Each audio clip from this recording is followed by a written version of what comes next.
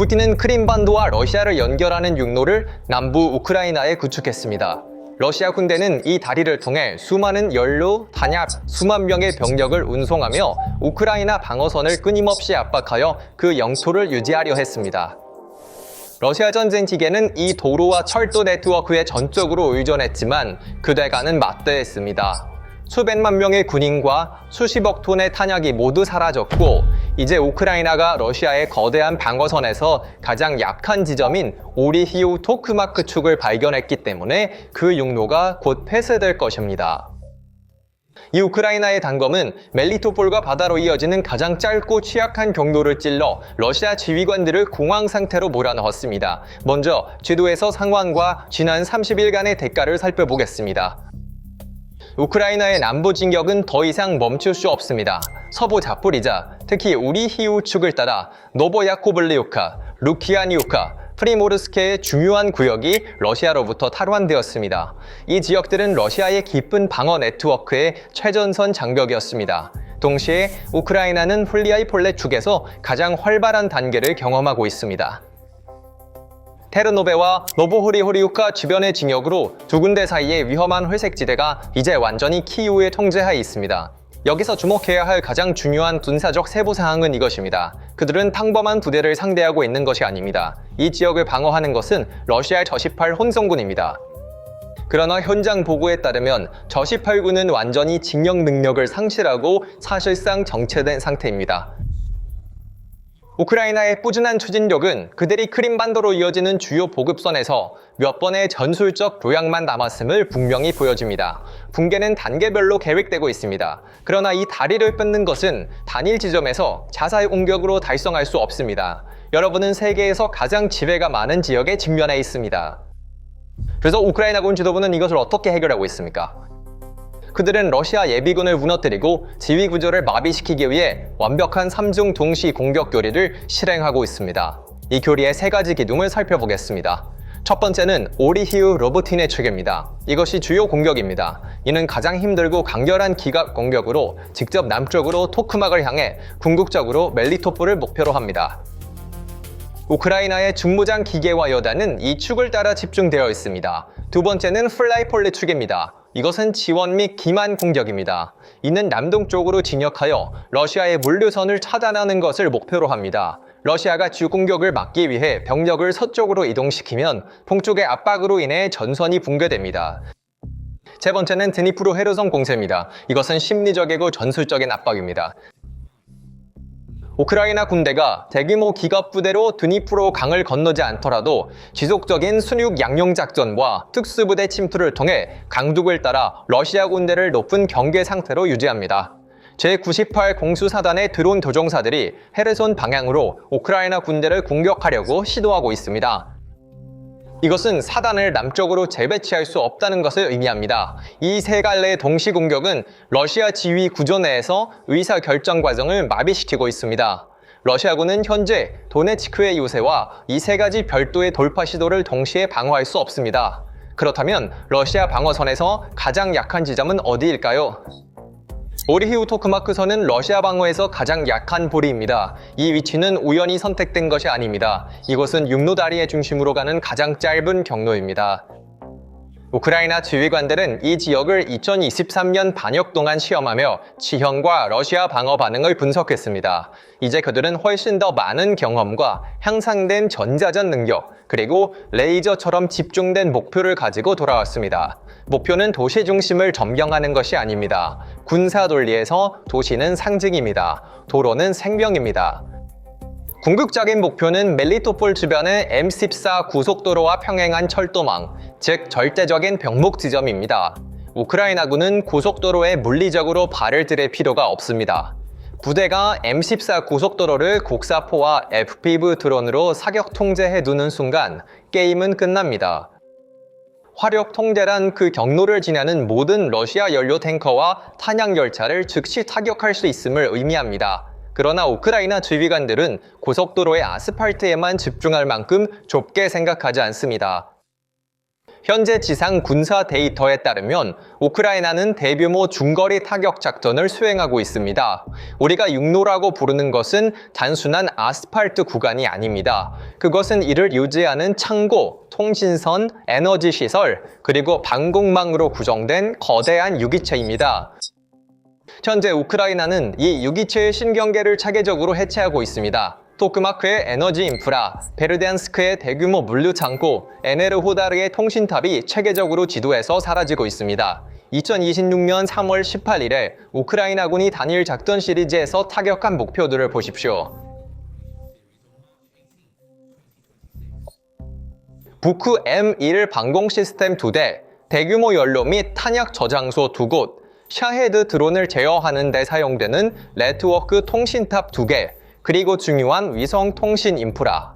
이것은 러시아의 전체 후방 물류 네트워크와 지휘 구조를 눈멀고 귀먹고 마비시키기 위해 설계된 작전입니다. 지상군의 압박이 이 완벽한 기반 시설 파괴와 결합될 때 결과는 불가피합니다. 크림반도와 러시아 본토 간의 육로 연결이 끊어질 위기에 처해 있습니다.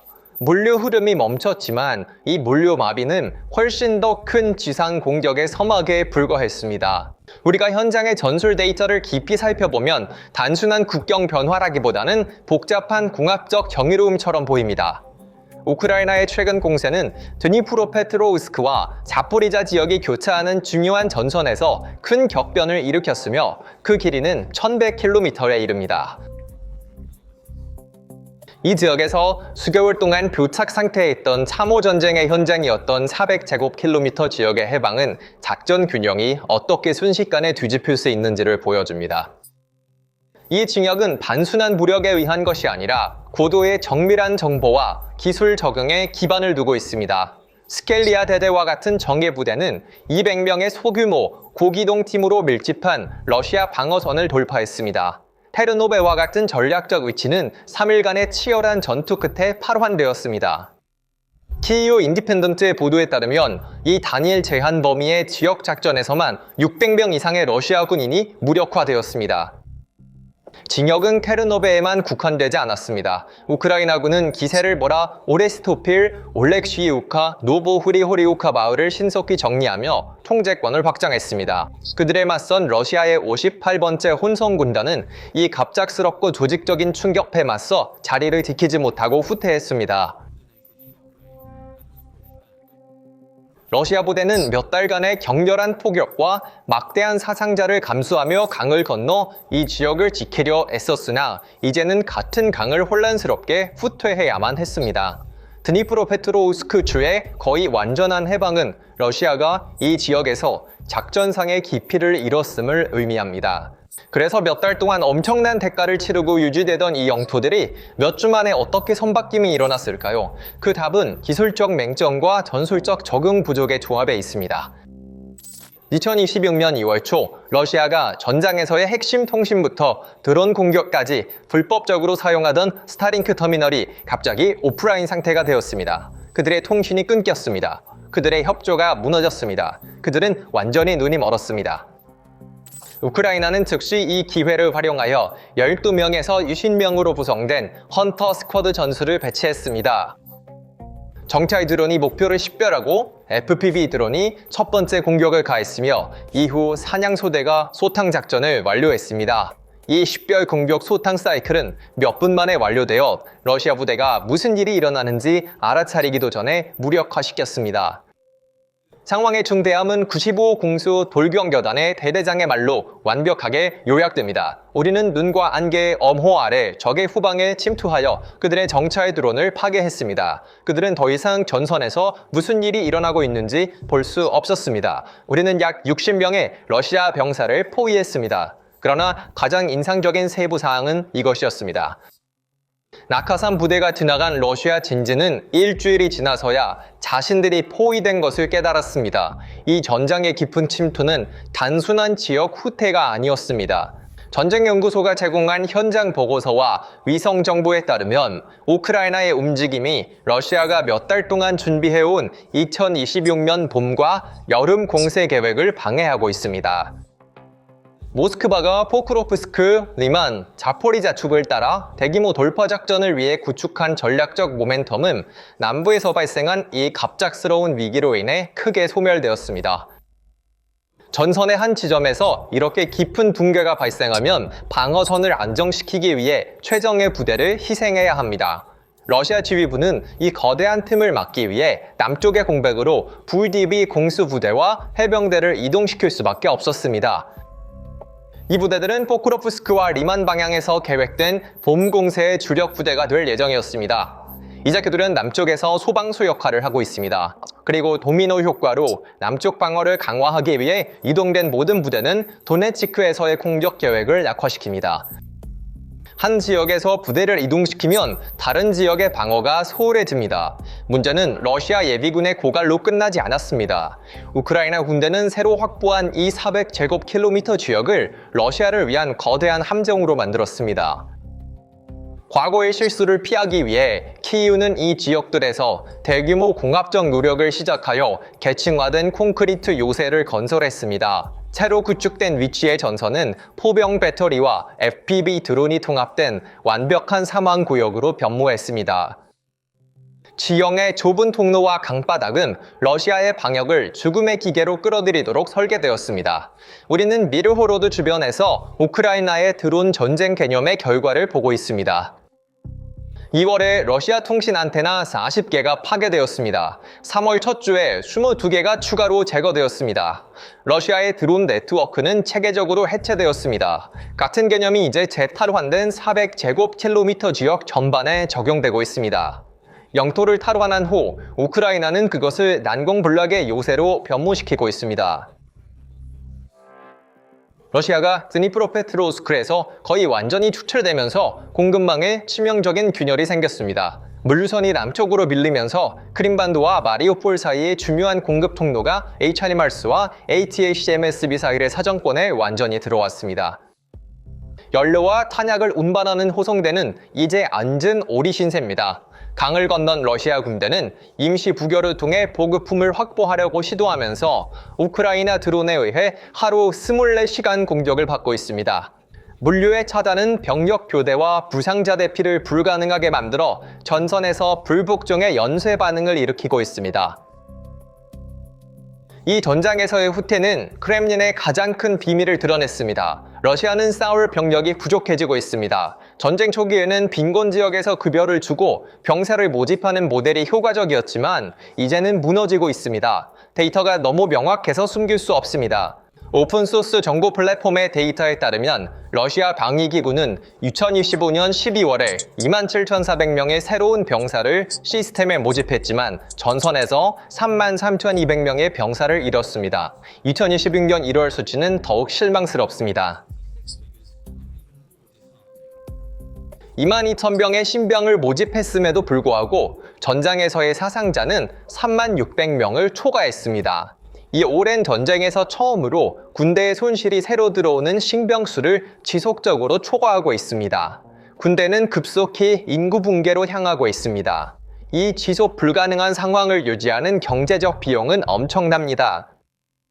러시아 재무부 보고서에 반영된 지출에 따르면 2025년 상반기에만 서명 보너스와 급여 외 1조 루블이 사용되었습니다.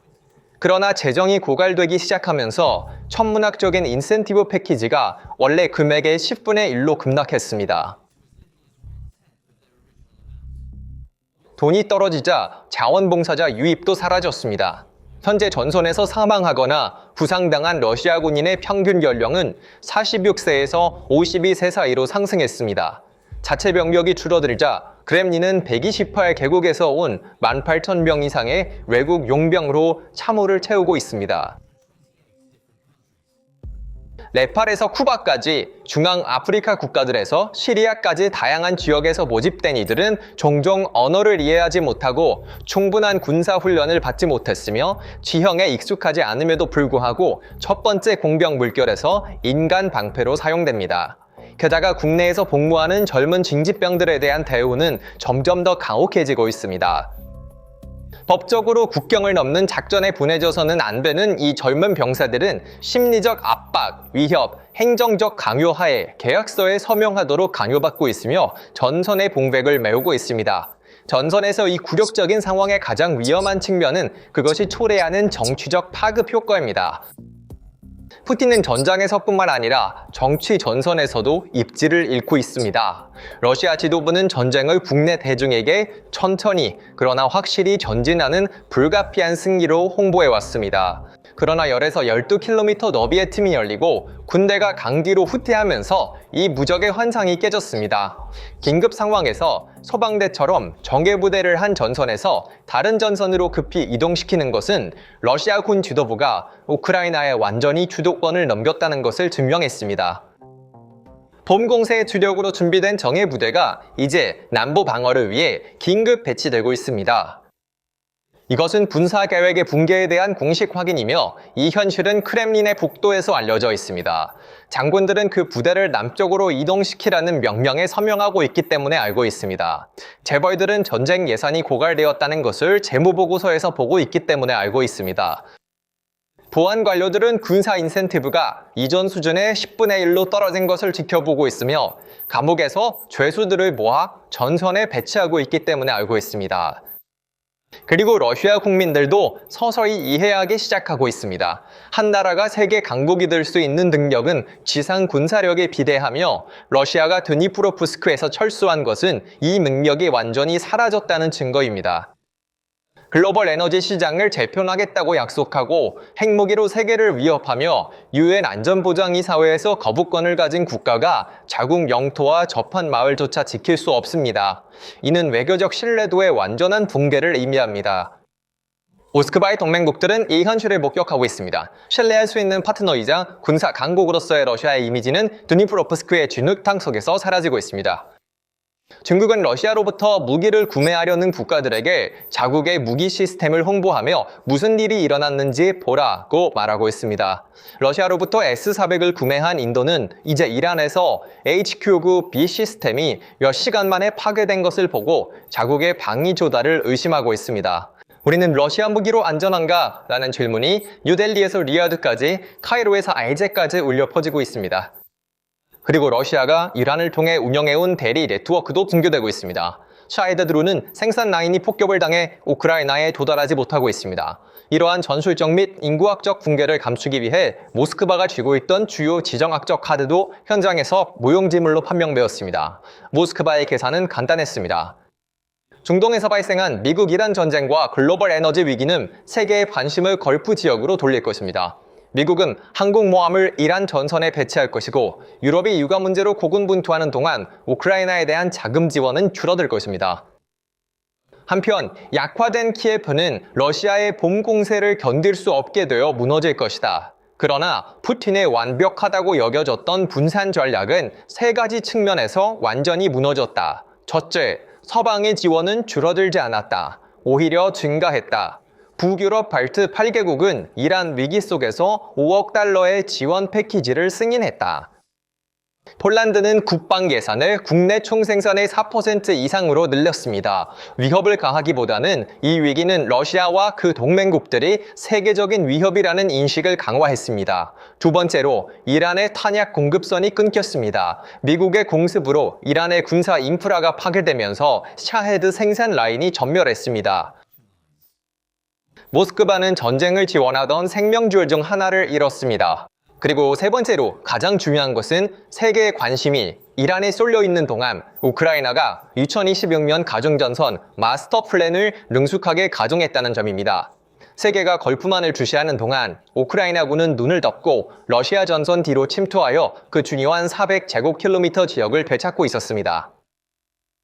궁극적으로 우크라이나의 400제곱킬로미터 방역은 이 전쟁의 역학이 변화했음을 가장 명확히 증명합니다. 우리는 스타링크의 혼란으로 인해 눈이 멀고 헌터 대대 앞에서 무너지고 전사한 병사를 대체할 예산이 부족한 러시아 군대를 마주하고 있습니다. 푸틴이 이란 위기를 이용해 만든 세계적인 환상은 우크라이나의 총검과 FPV 드론에 의해 산산조각 났습니다. 전쟁의 균형은 이제 키예프의 손에 달려 있습니다. 드니프로브스크에서 철수하는 러시아 병사 한 명 한 명이 다가오는 최종 붕괴의 전조입니다. 그래서 이 문제에 대한 당신의 생각은 무엇인가요? 댓글로 의견을 공유해주세요. PPR 글로벌의 독점 분석을 계속 받으시려면 채널을 구독하시고 알림 설정을 잊지 마세요. 설정을 잊지 마세요.